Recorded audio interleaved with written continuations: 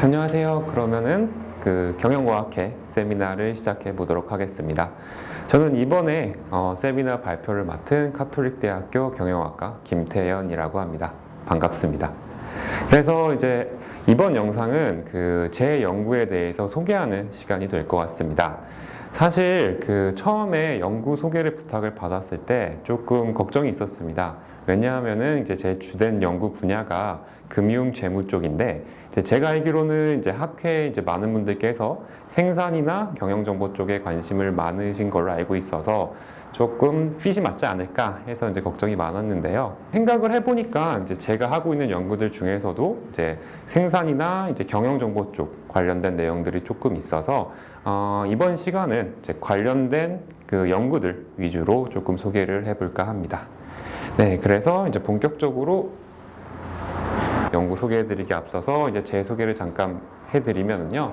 저 같은 경우는 이제 학사는 이제 연세대학교 산업공학을 전공을 했고요. 그 이후에 이제 석사와 박사는 카이스트에서 경영공학, 특히 이제 재무 쪽을 전공을 했습니다.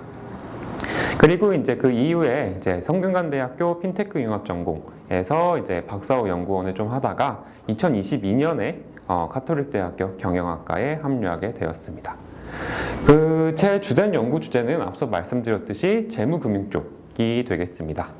저희 쪽 연구 같은 경우에는요, 보통 이제 수학적 모델링으로 이제 연구를 많이 하거나 아니면은 데이터를 갖고 이제 계량적으로 실증 분석을 하는 연구를 많이 진행을 하곤 합니다. 저 같은 경우는 후자로 이제 데이터를 갖고 이제 실증 분석 쪽을 주로 연구를 진행하고 있습니다. 구체적인 연구 분야를 말씀드리면 일단은 자본 구조라든지 배당 정책, IPO, M&A 같은 기업 재무 정책을 주로 연구를 하고 있고요. 이외에도 이제 은행이나 그다음에 기관 투자자의 행태 같은 이제 금융기관론 쪽 연구도 많이 하고 있습니다.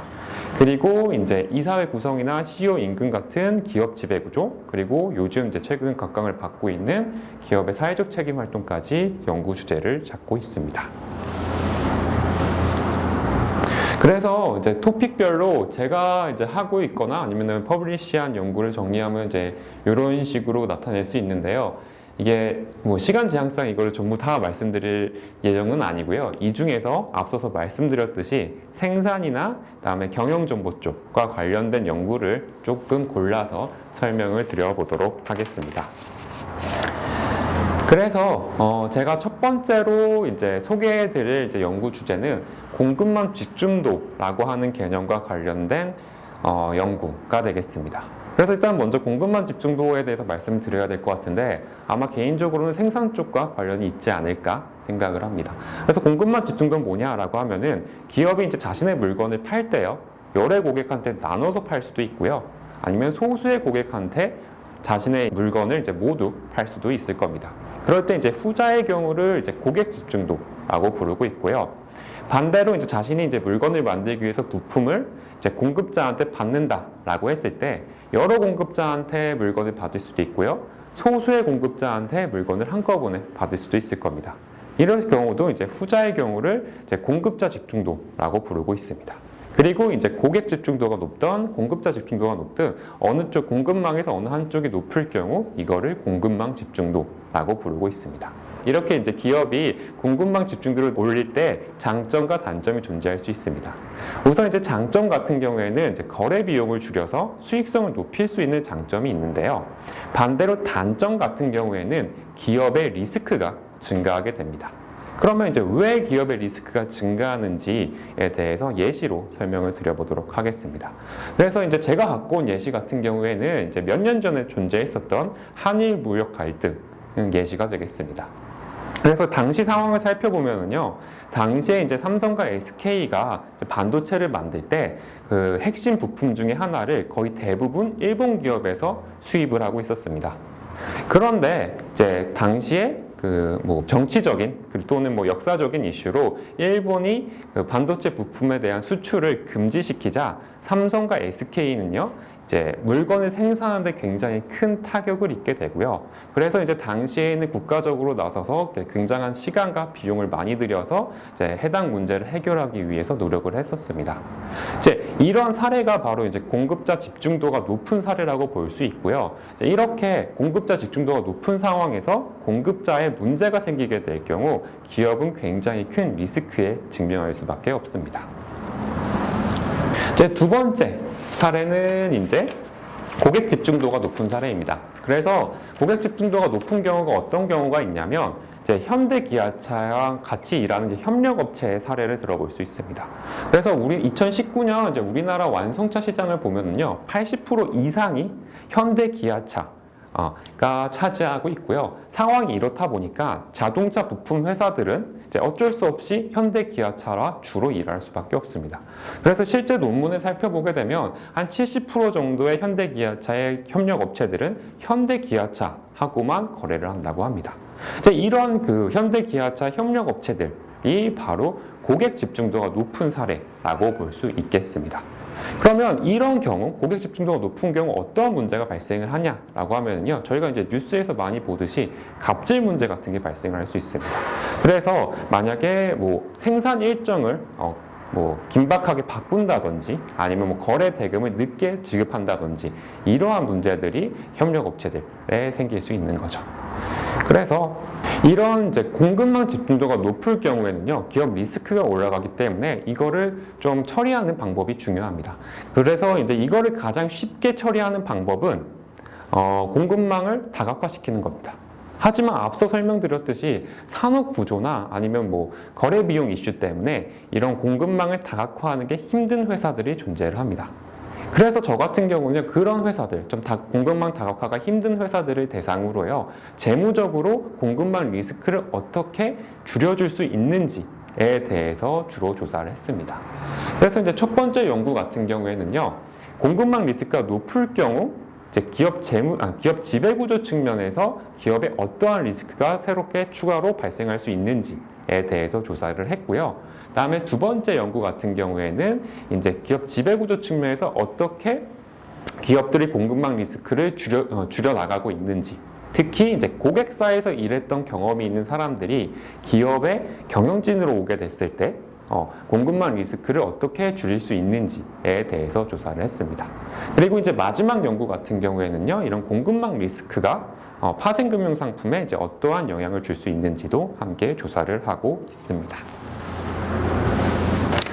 네, 그래서 이제 두 번째 토픽으로 넘어가면요, 두 번째 제가 설계해드릴 그 연구 주제는 아마 경영정보 쪽과 관련이 있을 것 같습니다. 특히 이제 데이터 마이닝 기법을 이제 재무금융 데이터에 이제 어떻게 적용시킬 수 있는지에 대해서 이제 주로 연구를 하고 있고요.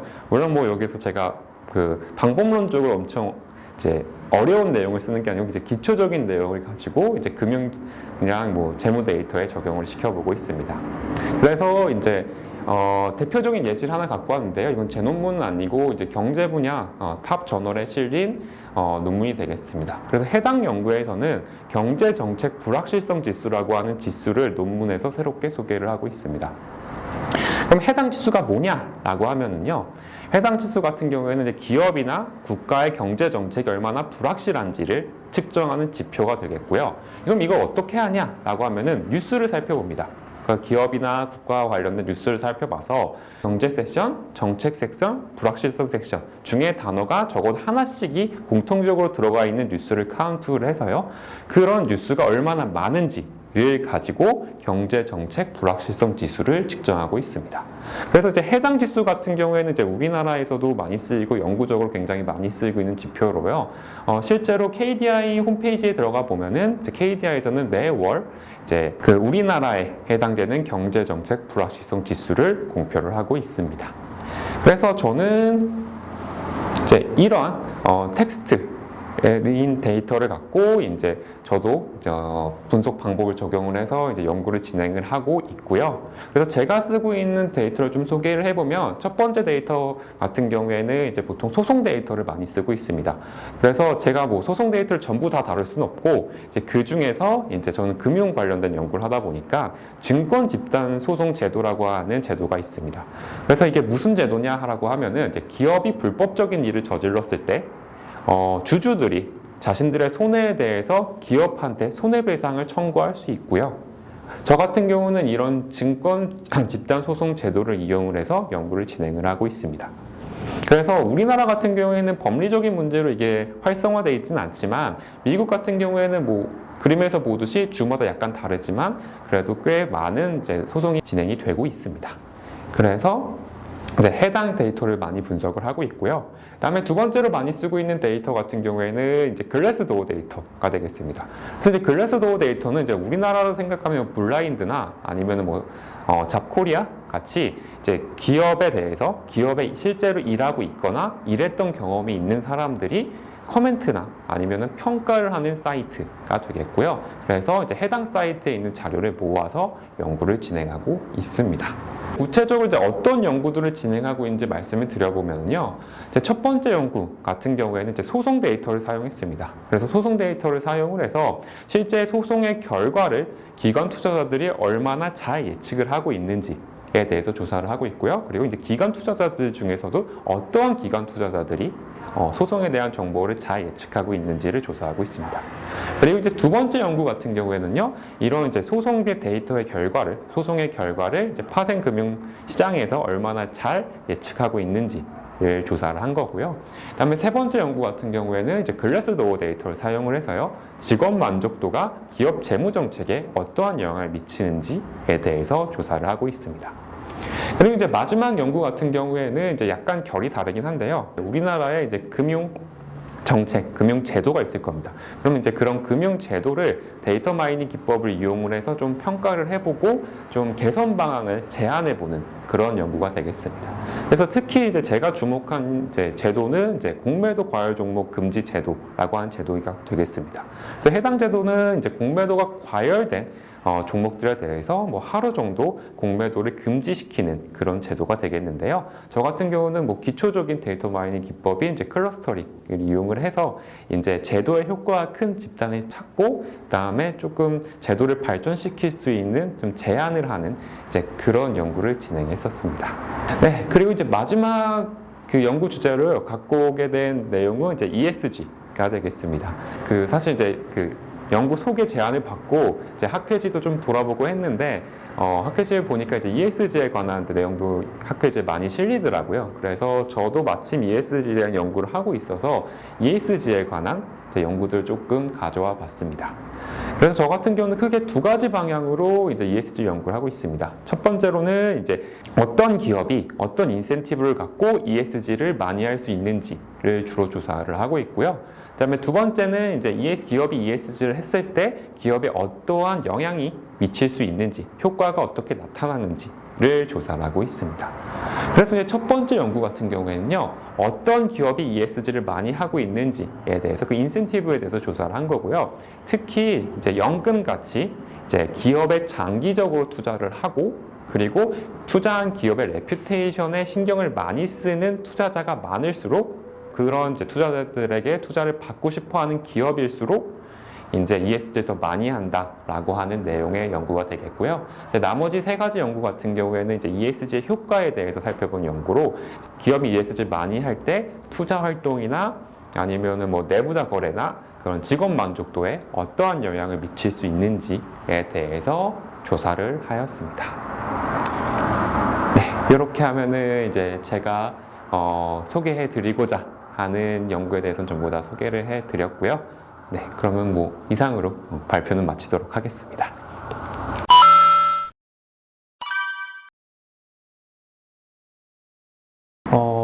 뭐 어렸을 적부터 금융에 관심이 많았고 이러면 참 좋겠지만 사실 그런 건 아니고요. 제가 이제 학부 때 산업공학을 전공을 했습니다. 이제 그러면서 이제 데이터 분석 쪽에 많은 관심을 갖고 있었는데 그때 당시에 이제 저에게 조언해 주셨던 분께서 이제 데이터 분석도 좋지만 이제 스페시픽한 분야를 갖고 그다음에 데이터 분석을 하는 게 더 좋겠다라고 이제 조언을 해주셔서요. 그때 선택하게 된 게 이제 재무금융 파트가 되겠습니다. 제가 앞서서 말씀드렸듯이 이제 제가 하고 있는 연구 분야 중에 이제 리스크 관련된 연구들이 많이 있었습니다. 그래서 이제 관련해서 저 같은 경우는 이제 파생 상품들 중에 이제 리스크와 관련된 이제 CDS 상품에 최근에 많은 관심을 갖고 있고요. 그다음에 연구 중에 있습니다. 학부에서는 이제 다른 대학에서도 많이 하고 있는 과목들을 주로 합니다. 그래서 뭐 재무관리라든지 투자론이라든지 파생상품 수업을 진행을 하고 있고요. 그다음에 대학원에서는 이제 실증 분석 관련된 강의를 주로 하고 있습니다. 그렇게 좋은 강의 평가인지는 모르겠는데 저 같은 경우는 이제 학생들 의견을 좀 많이 들으려고 하고 있습니다. 그래서 이제 익명으로 이제 설문조사도 한 학기에 이제 2번, 3번 이제 받고 있고요. 익명으로 이제 설문조사를 받게 될 경우 장점은 이제 제가 몰랐던 저의 잘못된 습관이라든지 아니면 뭐 제가 놓치고 있었던 뭐 강의실 환경이라든지 이제 이런 거를 지적해 주시는 학생분들이 계셔서 이제 그런 거를 최대한 반영해 드리다 보니까 아무래도 학생분들께서 좋게 생각하지 않았나 생각을 합니다. 이거 와이프가 볼 수도 있어서요. 제 최애는 와이프입니다. 네, 어떻게 물어보셔도 와이프가 될 것 같아요.